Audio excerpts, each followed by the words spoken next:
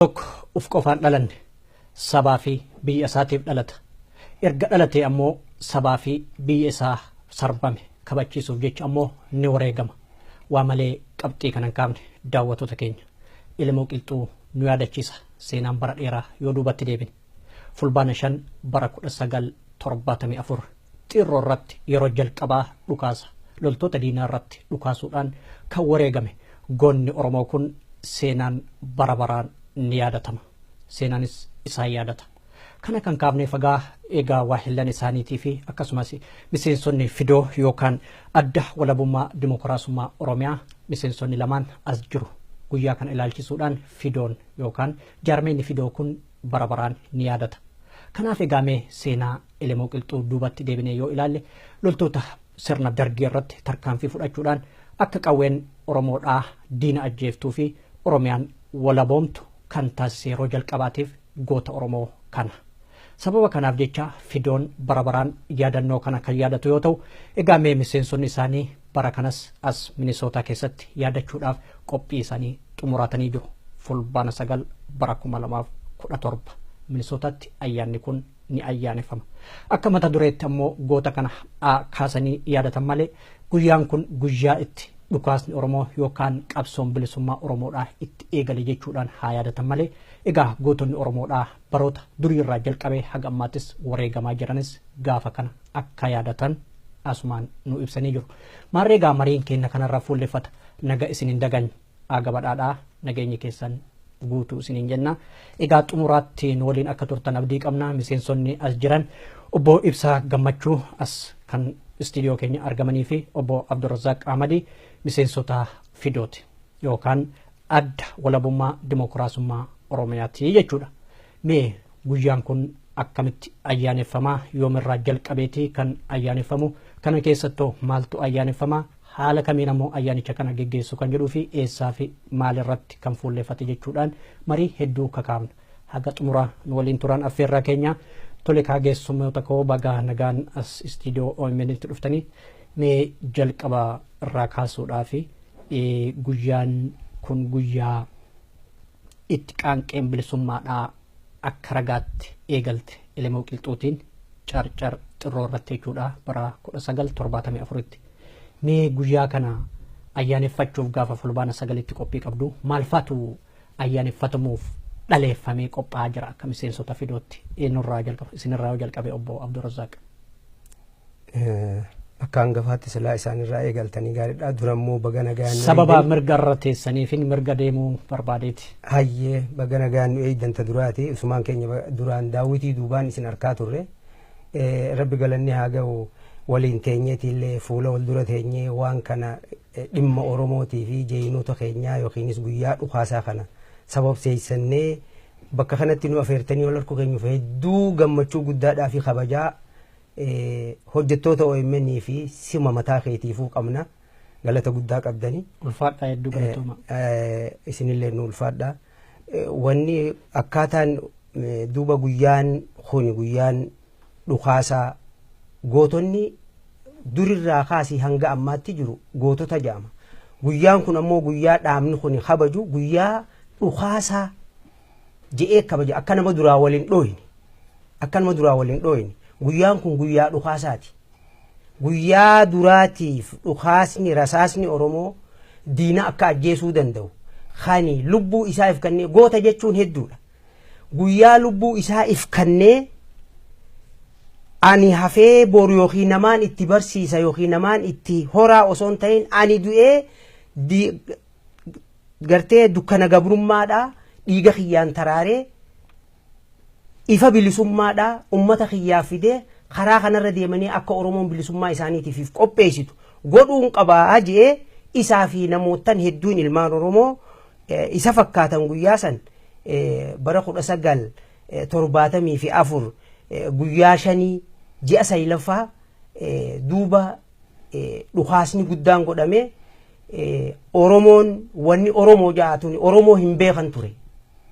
Namni Oromootu Oromootiif hin beeku. Ka kiristiyaanaa ani Amaara ifin jaa.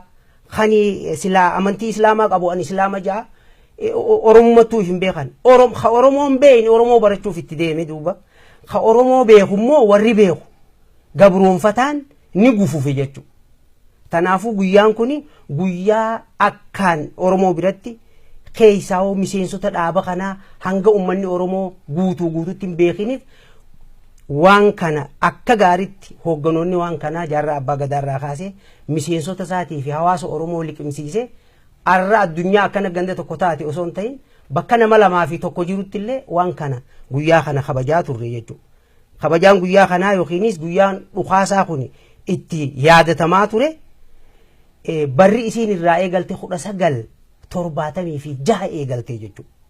1976 eegalte jechuudha. Gafsaan irraa jalqabee ayyaaneffatamaa hanga ammaatti itti fufaa jira. Akka waan bara dheengaddaa 2016 fa'aa eegalameetti namni gariin ka fudhatu ni jira.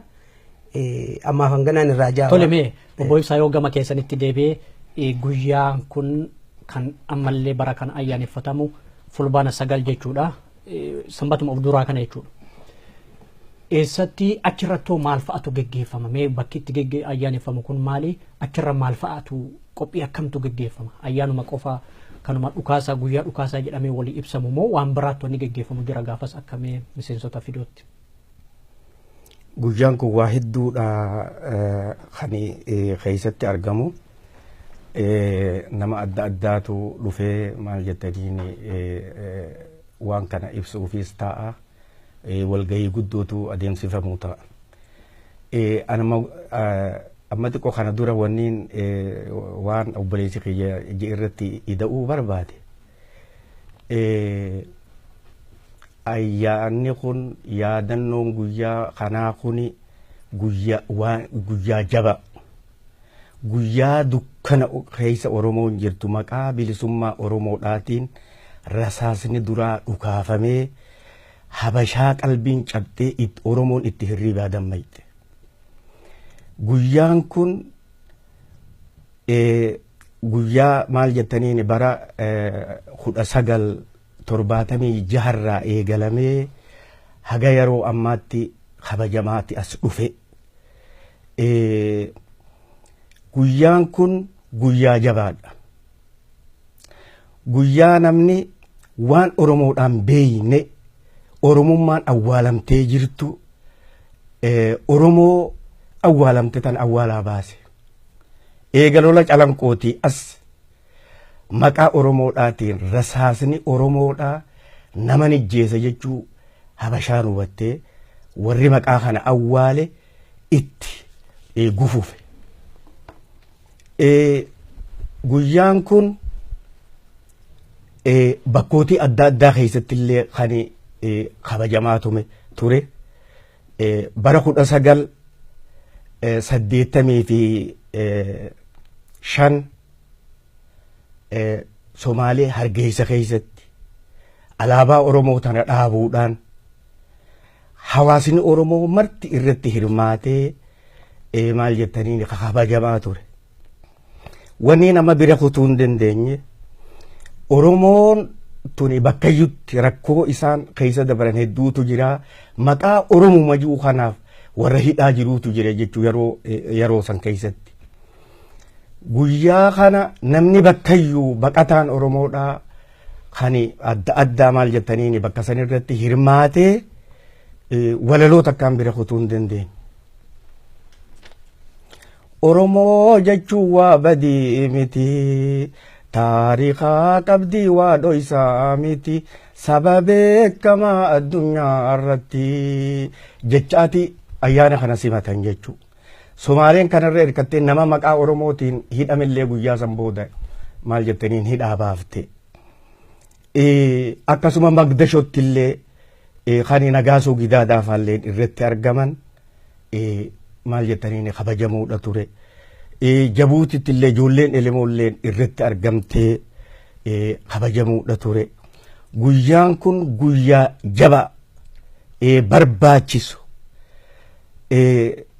Warra guyyaa san wareegame kan akka Elemoo Qilxuutii fi Ahmad Taqee takkaa hundee kana fudhatee haga yeroo ammaa tane maal jettaniin deemaa jirtuutti kan if keessaa qabu yaada guyyaan kun guyyaa jaba jechuu barbaadeeti. Eessaa fi bakka kamitti sa'aatii kamitti kan amma bara kana ayyaaneffachuudhaaf qophaa'aa jirtan isin mee obbo Abdurrazaaq?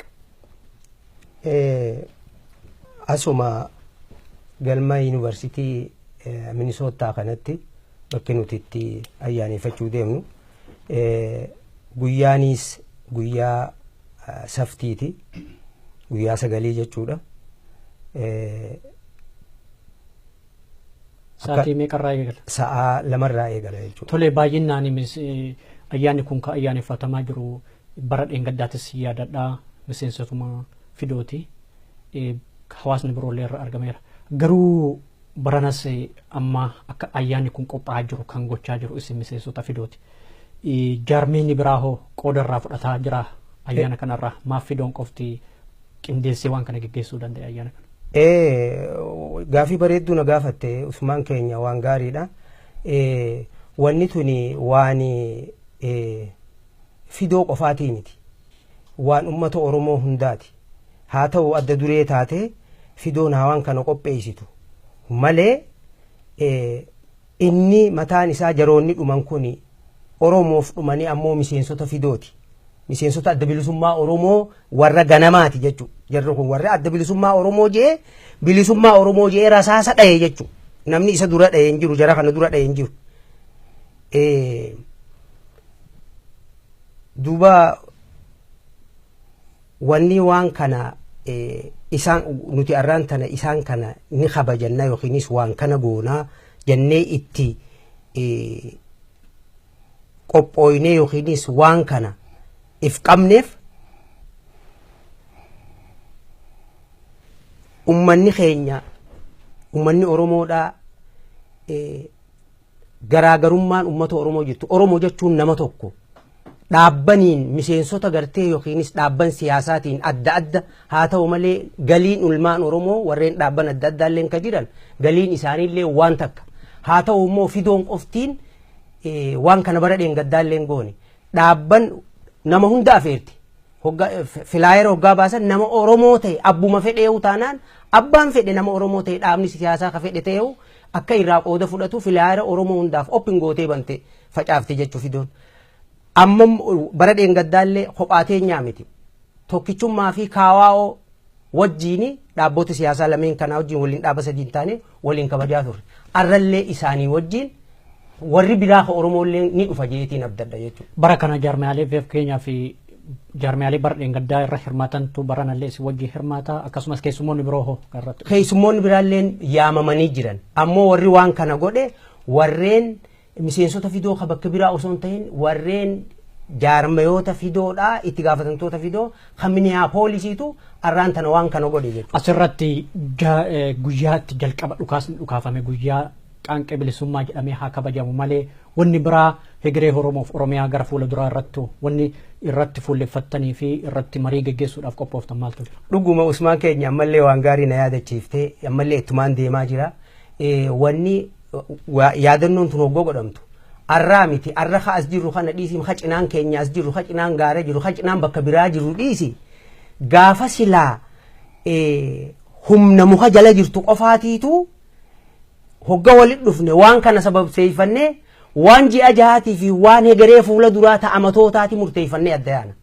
Hegeree ilmaan Oromoo akkam akka isiin ta'uu dandeessu irratti irra wal mari'annee jechuudha. Waan kana hogga goonu miseensota qofaa miti muukuma keessattu deeggartoota akka sadarkaa miseensa koree jidduutti yaadamu kan ummata keessa taa'u jira jechuudha. Qotee bulaa keessa, daldalaa keessa, barsiisaa keessa hanga sadarkaa miseensa mootummaa keessatti warreen sabboontonni Oromoo ka bosona sanitti warreen silaa waan amma nuti naafeetifaan firraa rarraafnee qabnu kana hidhatee magaalaa keessa deemaa ture kan ammoo marxoo abu jedii hidhatee akka ittiin mul'annetti gaaratti dhufee waan kana qooddatee deemu hundaatu ture jechuudha. Arrallee bifuma saniin hayyoottan Oromoo warreen dhimmi tuni na laalti jiru. Wanni Oromoo abbuma fedheewu taate keessaawoo akka guyyaa arraan tana daangaan qabu jechuudha ilmaan Oromootiif. Ka'ani Oromoo jiru, ka'ani Oromoo fi waa qorrofuu beeka jiru, ciiseellee waa yaada jiru. Arraan tana yaaminsa malee filaayera arkee akka yaada kiyyaatti dhufuu dandayaa yookiinis yaamchilleen ka akkasiiti jeetiin. Bara 1974 ajajaa waraanaa ta'uudhaan jalqaba akka dhukaafamu kan taasise Elemoo Qilxuuti. Akkas. Akkasumaami xirroo irratti hoogganni wayita sanii eenyu? Hoogganni wayita sanii akka carraa jaarraa abbaa gadaa ture. Jaarraa abbaa gadaatii fi Elemoo Qilxuu adda wal fuudhan. Jaarraa abbaa gadaa faan gama Somaaleetiin seenan.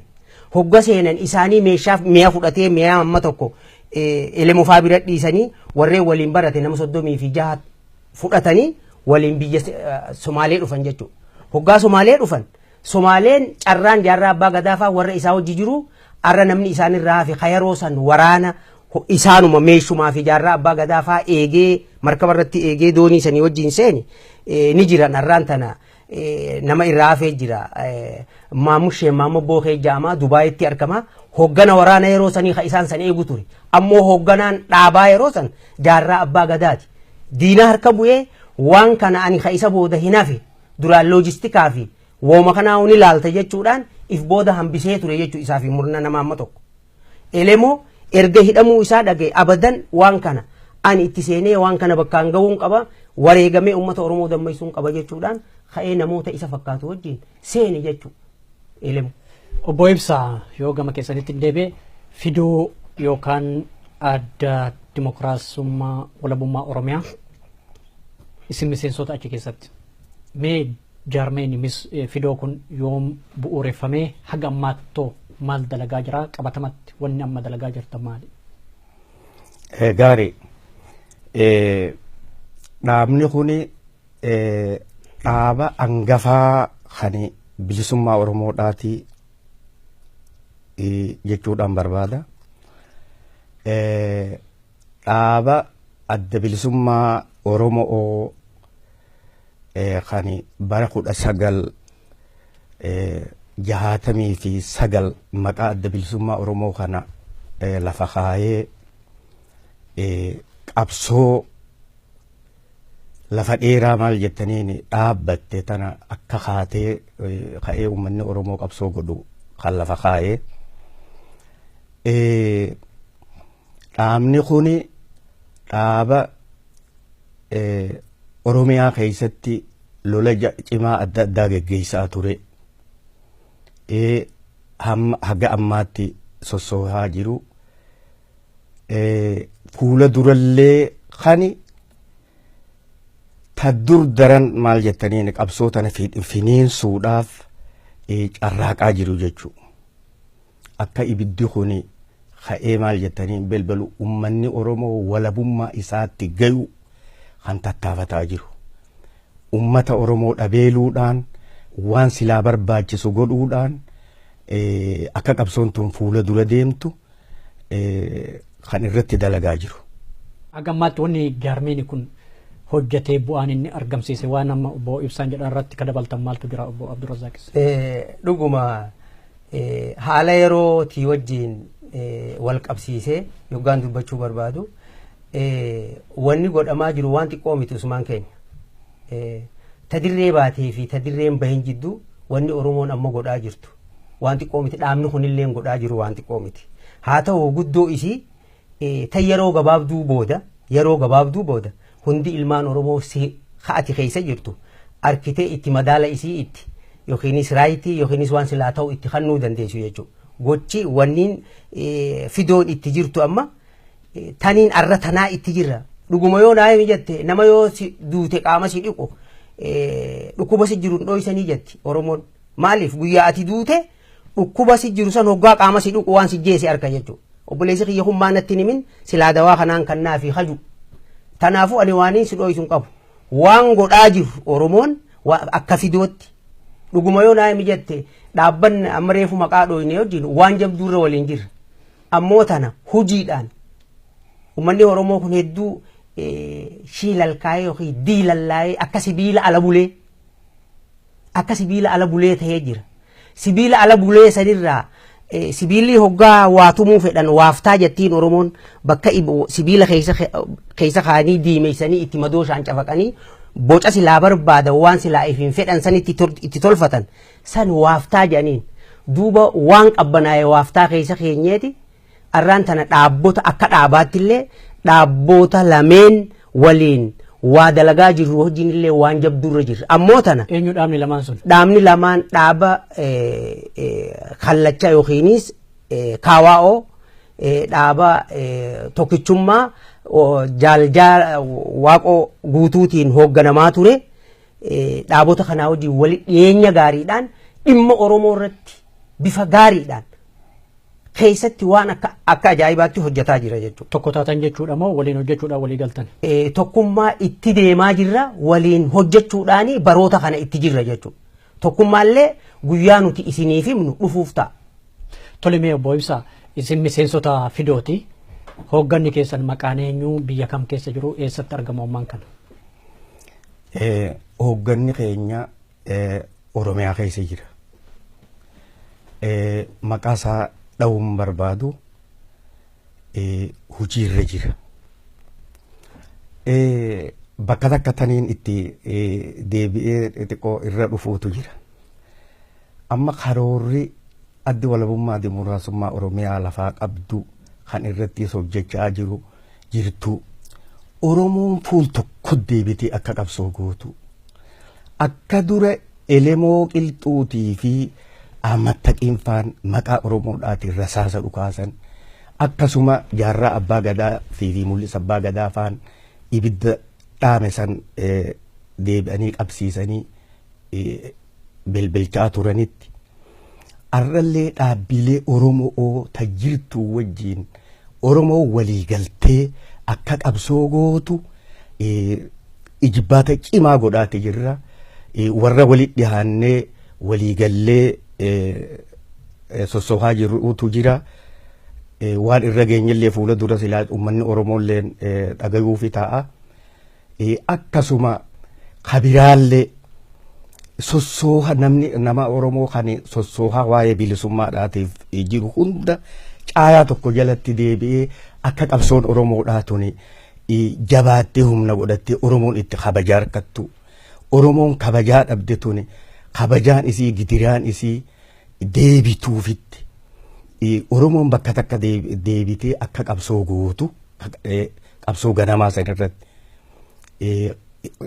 irra dalagaa jirra. Gama waa lama tokko laaluu qabna. Obbo Abdurrazaaq jechuu barbaadeeti. Inni duraa Itoophiyaa keessatti mirgi yookaan bilisummaan uummata Oromoodhaa mirkanaa'ee biyya san keessatti jiraachuudha. Gama tokkoon ammoo Oromiyaan walaboomtee mirga walqixxummaa sabaaf sablammootaa eeguu danda'uuf itti amannaa kanneen jedhanis jiru. Asirra dhaabni keessan ejjennoo kam qaba? Dhuguma yoo naa'imi jette dhaabni keenya ifaa fi gabaabaa waan ta'e waan basaqqeessaan waan arra dhooysinee yookiinis waan kanarratti boru gabbaaf nu hin qabnu. Ifaa fi gabaabaadha wanni dhaaba keenya. Oromiyaan ta duraati waa'ee Oromoon jenne Oromiyaa jenne Oromiyaan tuni sabaa sablammoota if keessaa qabdi ta duraati. Lafti irra guddaan lafti Itoophiyaa jedhan Oromiyaadha. Lafa Oromiyaa kana keessatti sabaa sablammoonni Oromoo wajjin jiru. Ka Oromiyaa keessa jiru. Abbaan biyyaa Oromoo jechuu beeynaan Oromiyaa keessaan jira jechuu beeynaan mirga Oromoon qabu tokko wajjin qaba jechuudha. Akka kaayoo dhaaba kiyyaa yookiinis seeraa fi heera dhaaba kiyyaatti jechuudha. Nuti ollaa wajjin jiraanna Oromoon namni Oromoo irra garaa bal'atu hin jiru. Namni Oromoo irra nama jaalatu hin jiru. Nuti abbuma fedheewu nama haqa keenya nuu beeke kan nuti nulleen hin beeyneef hin jiru jechuudha. Ilaa hangammaa wanni dhumaa jirruuf ilaa hangammaa wanni namni dilli kun jeenutiin warreen amma akkanatti fuula kee dura taa'u ka'ana fuula kiyya dura taa'u ati na duubatti agartu kuni warreen taa'an kuni akka ijaatti keessaa guuraman malee kumaatamaan ani obboleessi kee kani umrii tijjatana keessa jiru kumaatamaan nama Oromoof jecha dhume kan silaa awwaalan harkatinii arraan tana ijoolleen amma dhalataa jirtu tuni dhiiga san keessaan dhalattee dhodhootee akkanatti rasaasaan malee ifiif kannitee dhumaa jirtu kana dhiiga jara saniitu godhe maaliif jarri kun dhume Oromoon abbaa biyyaatiin beekamu Oromiyaan walaboomu erga Oromiyaan teenya walaboomtee Oromoon bilisoomte abbuma fedhee hojiinu bara Afrikaa Union jedhaniiti namni walitti naqatee jira ummata biyya san jiru dhiisi hanga sadarkaa saniitti tadhumaa fi jirrulleen boodarra ummata Oromootu murteessa. Abbaa fedhee wajjin jiraachuu, ka fedhee wajjin jiraachuu. Ammoo nuti namoota Oromiyaa keessa jiruu fi argamuuf dura Oromoo bilisoomsuu Oromiyaa walaboomutti amannaa jechuudha. Gama duubaatti yoo deebi'e sababaan ammaa maree keenya guddaan ijoon guyyaa itti dhukaasne Oromoodhaa jalqabe bilisummaa Oromoo mirkanaa'uudhaaf kan Ilimoo Qilxuutiin jalqabe jechuudha. Guyyaa san keessattuu bara 1974 keessa Ilimoo Qilxuu wajjin gootonni wareegaman eenyu fa'a? Amma taqiikkuma reefu tuqetti hundi namoota biraallee hedduutu jira kan kadhuman. Kaniin amma maqaa yaadadhu Ahmad Taqii hundi. Kabiraa kan lola sanirraa hafee amma bakka lolli irraa deemu qumbii jiruutu jira amma siraa jedhanii namni ni jira kadhume hedduu. Lolli kun lola akka mandiisuuti jechuudha. Lola maal jettaniin Habashaa qalbii cabse. Gootawwan hedduutu wareegame diinni nama hedduutu dhume diinarralleedha. Mee gama duubaatti yoo deebine carcar xirroon gaafas Ilimoo Qilxuutti lola jalqabee irratti wareegame eessa? Bakka kam jirame amma carcar xirroon kun? Lafa moo maali moo maqaa moggaasa wayiiti? Carcar dhiha bahaa Oromiyaa Harar achitti argamti jechuudha. Aanaa kam keessatti argama bakki sun?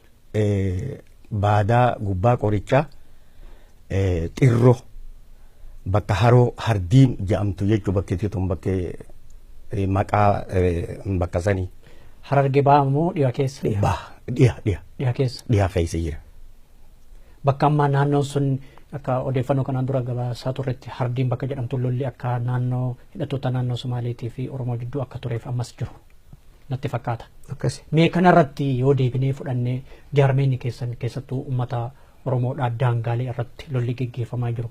Harargee bahaa, Harargee dhihaa, Baalee ammaan kana raayituu irrattis lolatu jira.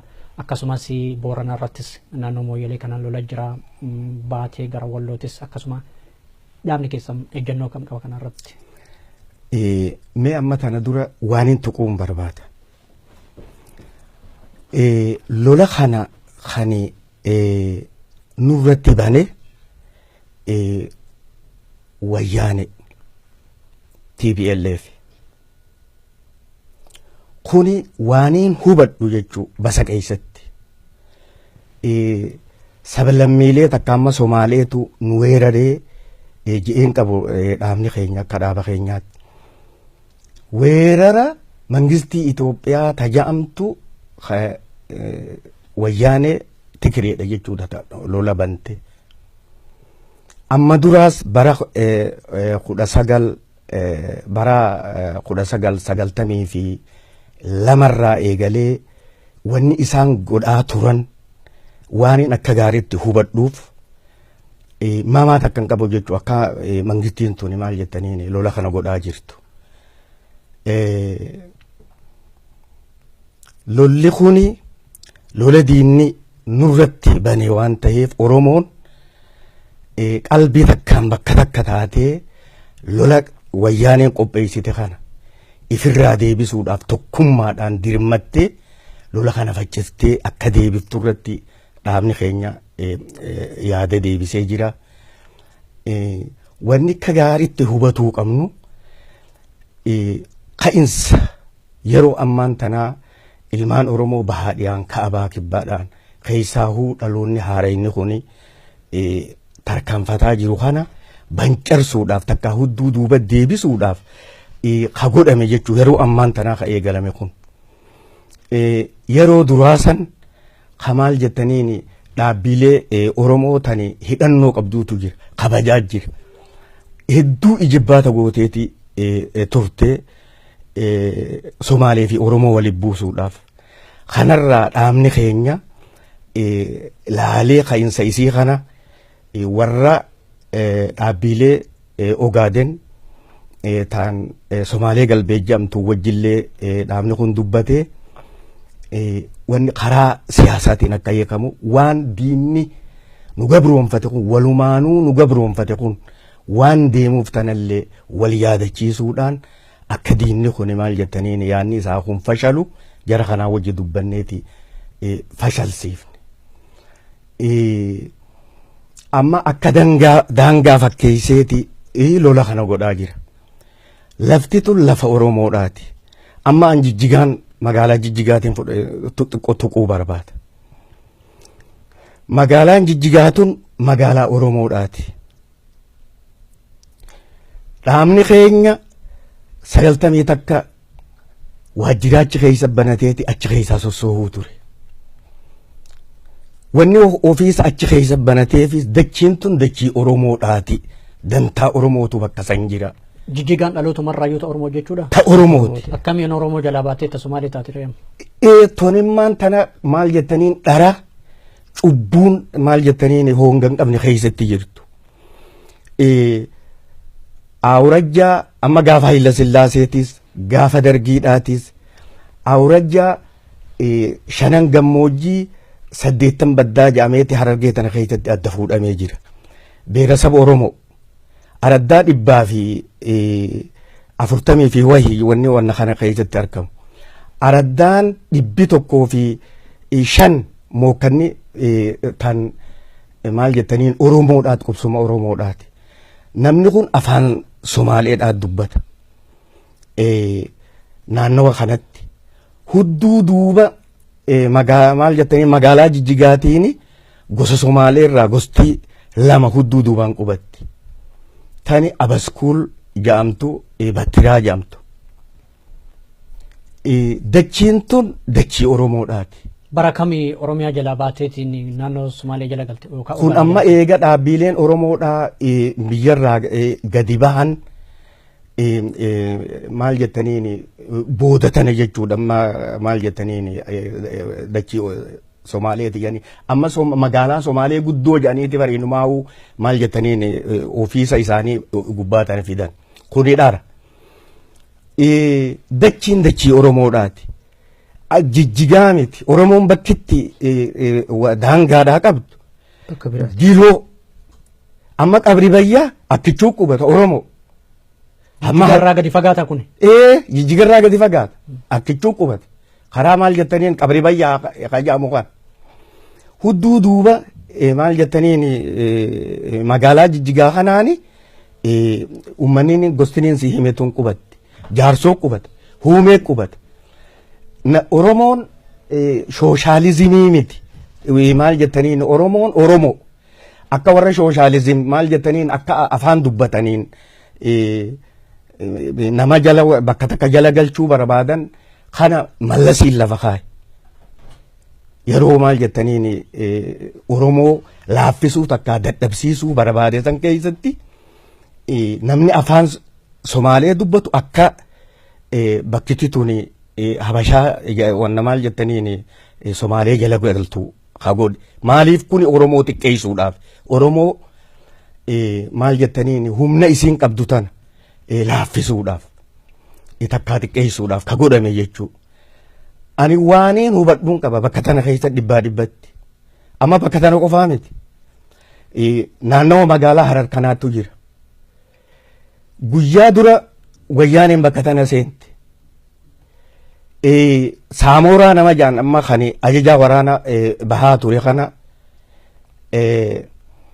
adareen xiqqoon amma jogola keessa jirtu intala itti kennite 100 kani qarshii Itoophiyaatiin wajjiin intala kenniteef akka naannawa kana maal jettaniin Hararii jedhamee bulu inumaa'ummaa bal'ifata wanni barbaachisu bakka tanaa fi ilaa Somaaleetti maal jettaniin akka Oromoon hin jirretti hamma calanqootti akka adareen dubbii adaree taate.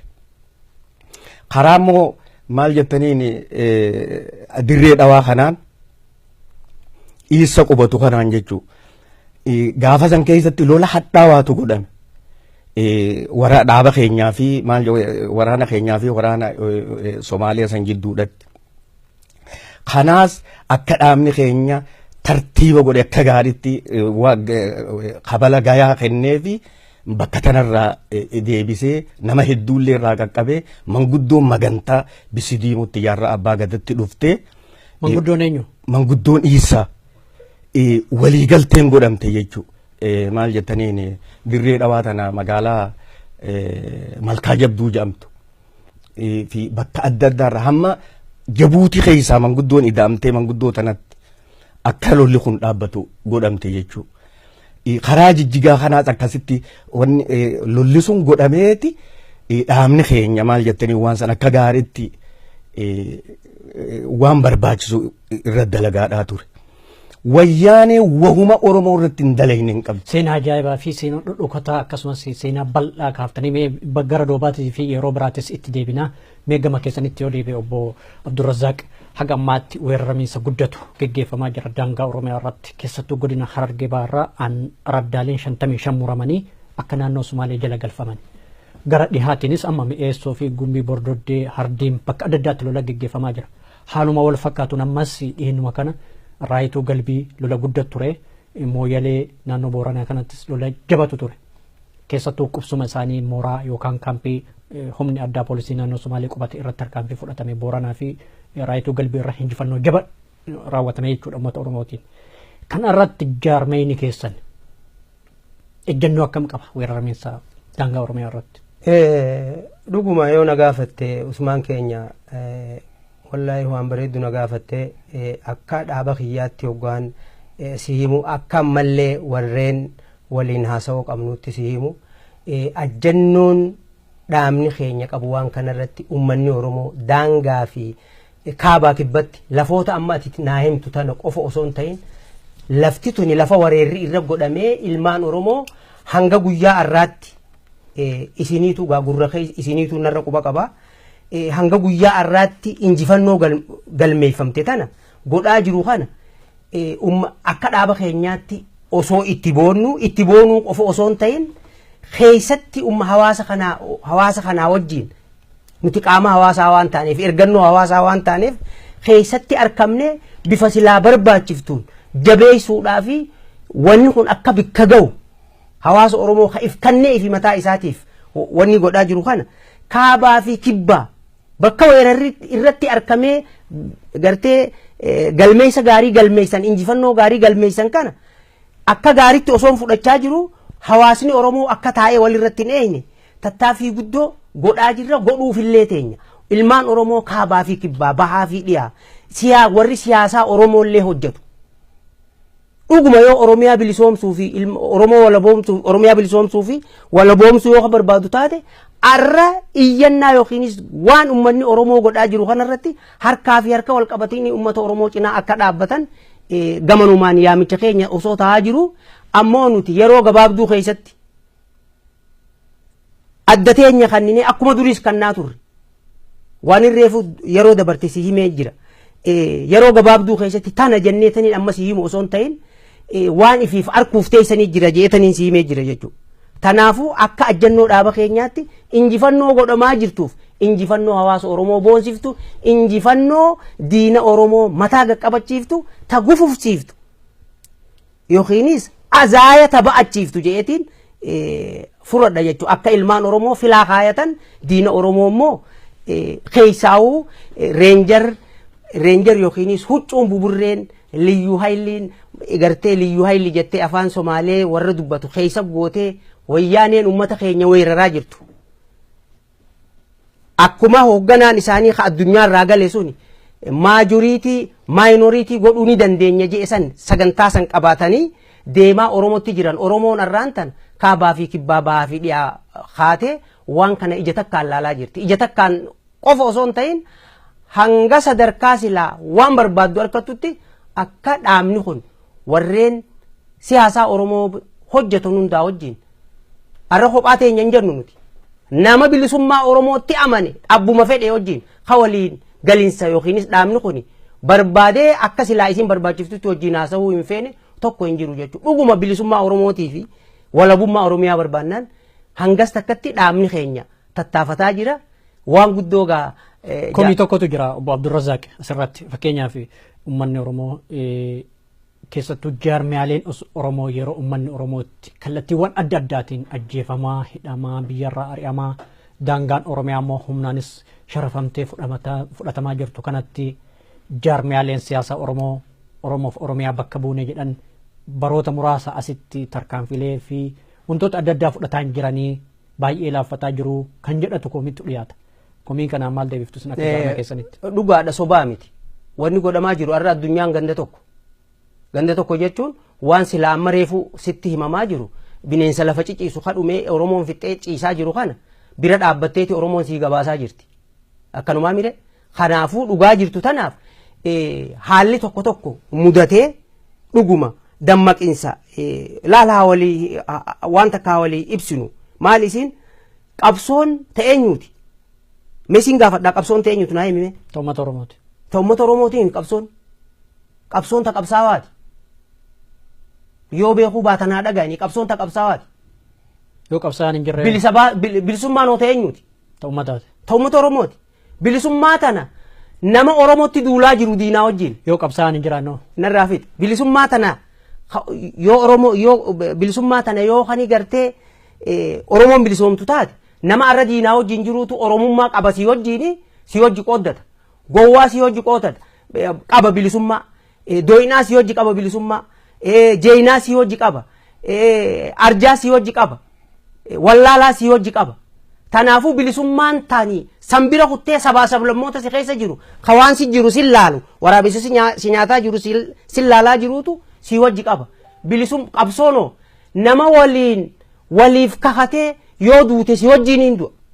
Yoo gartee ati madooyte sirraa nafu sirratti aaneetiin waan ati irratti kufte san ani kaasa akka jaarraa fi elemo waliif baallama seenanii jaarraan hoggaa hidhaa seene hidhaadhaa elemo dhufee qabsoo tana kaasee wanni nuti namticha hiinee teenyuufuu achiin nu harkaa baate dhukaasni hoggaa wanni jiru ni himame jechuudha. Faraqaa afaan gaallaatiin jedhanii reediyoon Somaalee irraa dabarsite jechuu waan kana duubattiin si deebisa. Kanaafuu wanni tuni qabsoon tuni qabsoon ta qabsaawaati wanni jiru nama waan kanatti amaneeti jechuudha. Amma ati OMN kanarraa hoggaa dabarsiftu reediyoo Oromiyaa Miidiyaa Neetwoork kanarraa hoggaa dabarsiftu itti amantee waan kana godhaa jirta gurra Oromoo akka bu'u jettee warri lubbuu isaa kannaa jiru itti amanee lubbuu isaa kannaa ture jechuudha. Tanaafuu saba bilisoomsitaati. Bilisummaan ta sabaati. Qabsaawaan ta nama waan kana itti amanee ala kana dudu'uuti jechuudha. Kanaafuu yeroo gabaabduu yeroo wanni takka keessatti dammaqinsi dilas dhabamuurraa rakkoon hedduu uumamaa ture. Hanga dhiibbee qabsaawaa kana Oromiyaarraa daangatti baaftu takka geesse jechuudha. Diinni harka keessa naqatee osoon jaalatin amma dhuguma wanni silaa hawaasni keenya nu komataa turuuf waan dhugaati. Amma immoo yeroo gabaabduu keessatti isin agarsiifna. Haala kamiin fakkeenyaaf komii uummataa kana eega amantan eega sirri jettan dhuga jettanii itti amantan isin jaarmeen siyaasaa jechuudha. Komii uummataa kana haala kamiin mirkaneessitanii dhugaa isaanii mul'isuu dandeessu. Haalli nuti argamsiifnu haalumaan amma siin jira kana isaan cinaa dhaabbannee wareegama barbaachisu hafallee isaan bira kuffifnee kufuudhaani nu arkanii isaanilleen nu himuu danda'anii isinillee nu dhaga'uu dandeessan jechuudha. Tole warra arguu fi dhaga'u nu haa taasisu mee obbo Ibsaa gama keessanitti yoo deebi'e jaarmeyni keessani waamicha jaarmiyaalee siyaasaa birootiif taasisee tokkummaa mirkaneessa moo kan jaarmeyni biroo waamicha taasiseef eeggatee tokkummaa dhugoomsa jettanii yaaddu? Jaarmeyni keenya dura jaarmaya bilisummaa Oromoo tanaaf maal jettanii hangafaati jeetiin qaba. Jaarmeyni kun ammallee dhaabbiileen Oromoodhaa tammaqaa Oromoodhaatiin Oromiyaa walabataati jedhamee itti amanuu wajjiin waliigaltee godhaati jira. Ammallee kabiraa hafan kan fedhii bilisummaadhaa qaban ni wajjiin illee haasawuudhaaf kan haasawaa waliin jirrulleetu jira. Kabiraa kan haasawuu hin eegalinis illee waliin akka haasawni kun eegalamee kabajaan Oromoodhaa deebitu irratti dhaabbiileen tun walit dhuftee dhaaba cimaa tokko maal jettaniin kan na'aba Oromoodhaa deebisuu danda'u kan na'aba Oromoodhaatiin dha'uu danda'u tokko godhatanii kabajaa Oromoodhaa akka deebisu irratti nama dhaabbilee Oromoo yaamaa jira ammallee yaamna. Wanni kun barbaachisaadha jechuudha. Namni caayaa tokko jala hin jiraatin namni jaarma hin qabne tokko diinaatu isa roorrisa. Namni hundi kan maal jettaniin irra isarraa eeggamu dhaabbileen Oromoo keessaa'u ummata Oromoo dhiiraa dubartiidhaatu daa'imman xixiqqaatu rasaasaan tumamaa jira rasaasa diinaatiin. Kabajaan Oromoodhaa Oromoon bakka jirtutti kabajaa dhabdeetii xiqqaachaa jirti. Tuffatamaa jirti. Itti roorrifamaa jira. Kana laalanii yaamicha keenya kanallee gurraan caqasanii akkuma kallacha walabummaa Oromiyaatii fi adda walabummaa dimokiraasummaa Oromiyaa akkasuma tokkichummaa bilisummaa uummata Oromootii waliin goonee ammallee maal jettaniin itti fufaa jirru kanatti namni Oromoofiin qabsoo godhaju caayaa tokko jala deebi'ee kabajaa Oromoo tana eeguudhaaf ni barbaachisaa akkaan jeetiin yaada. Takka ammaa wanniin asirratti tuquu barbaadu. Daa'imman Oromoodhaa kan bahaa dhihaan ka'abaa kibbaadhaan lafaa ka'ee biyya tiyya irratti abbaan ta'uu qabaju. Biyya tiyya irratti qabeenyi kiyya ta'uu qabaju. Kabajaan dubartii teenyaa ta dhiira teenyaa ta daa'imman keenyaa biyya teenya irratti maal jettaniin xiqqaatteeti jirti. Bakka deebitee nuti abbaa biyyaa ta'uu qabna. Warra ju'u kana maddii dhaabbatuudhaaf qabsoo ummataa takaatee maal jettaniin finiidhaa jirtu tan maddii dhaabbachuudhaaf dhaabbilee tana wanni barbaachisu waan qaban jechuu tan garaa keessaa takka kaayoo qaban hunda achi kaayanii ummataaf dhiisanii waan biraa waliigaltee uumuu irratti kan akka godhan dhaabni keenya tattaaffii godhaa jira Usmaan. Dhumarratti jalqabaa qaanqee bilisummaatiif jecha yookaan bilisummaa uummata Oromoo mirkaneessuuf jecha rasaasa dhukaafamteen goota Oromoo ilmoo qilxuu wareegameef itti yaadachuu wal qabatee uummata Oromootiif dhaamsisiin qabdan maali?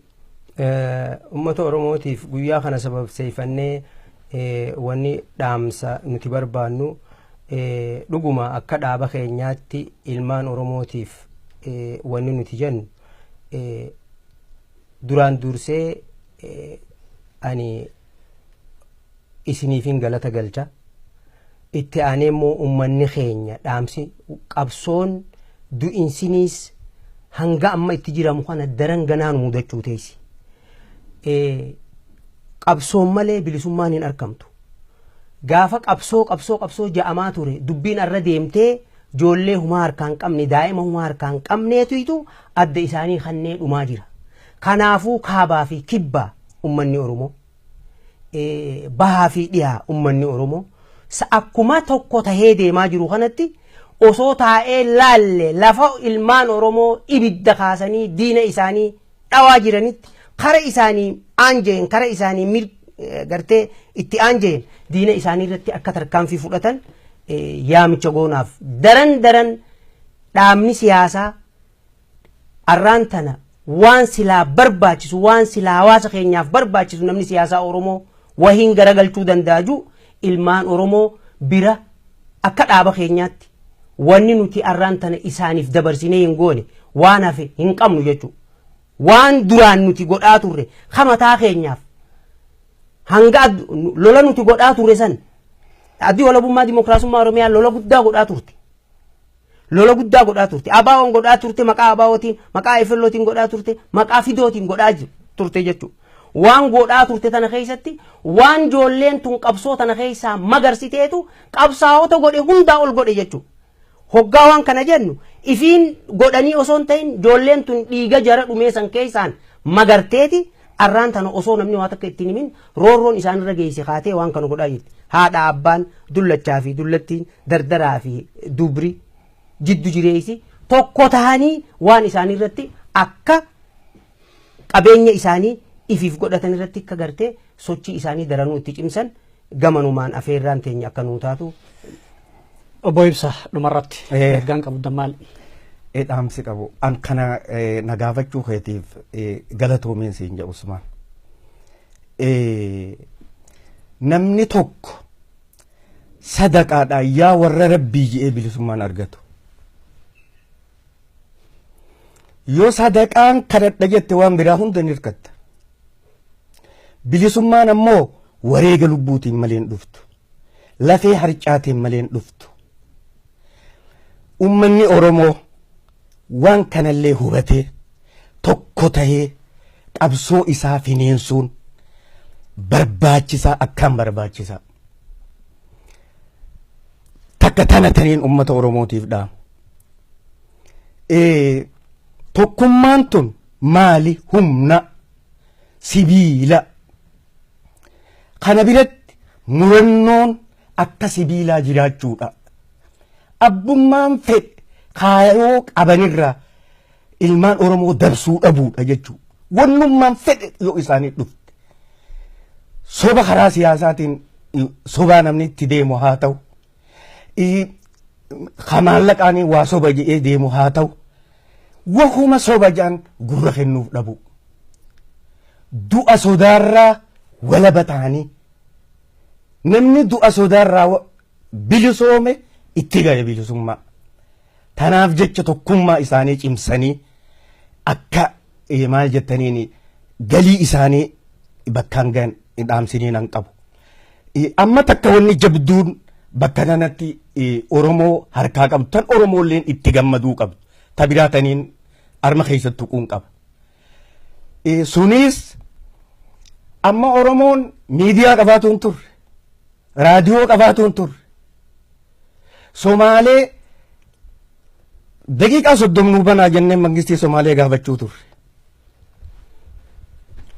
Maqaa Oromootiin ofiisa isinii fidanna maal jettaniin raadiyoo kana guyyaa jaarraan dhufe malee jetteeti nu diduu turte jechuudha.